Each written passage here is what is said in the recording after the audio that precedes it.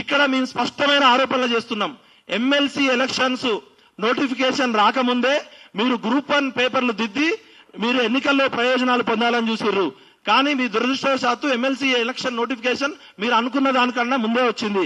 MLC elections లో ప్రయోజనం పొందాలని ఒకటి, ఎస్సీ వర్గీకరణ చట్టం అమలు కాకముందే ఈ దబదబా మాదిగలకు అన్యాయం చేయాలనే ఉద్దేశంతో అందరు పిల్లలకి అన్యాయం చేశారు. అది ఎట్లా చేసిరో చెప్తా. జనరల్ గా ఎమ్మెల్సీ ఎలక్షన్ నోటిఫికేషన్ జనవరి 31 లోపు మార్చిలో వస్తుంది అనుకున్నారు వాళ్ళు.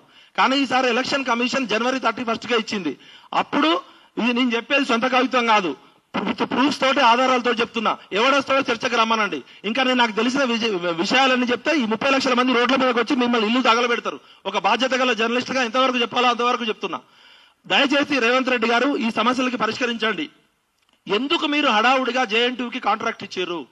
జేఎన్టీయూకి కాంట్రాక్ట్ ఇచ్చి హడావుడిగా డిగ్రీ కాలేజ్ లెక్చరర్లతోటి జూనియర్ కాలేజ్ లెక్చరర్లతోటి ఎందుకు దిద్దిపిచ్చిర్రు? 18 సబ్జెక్టులు ఉంటే 12 మంది సబ్జెక్ట్ ఎక్స్పర్ట్స్ నే ఎందుకు పెట్టారు?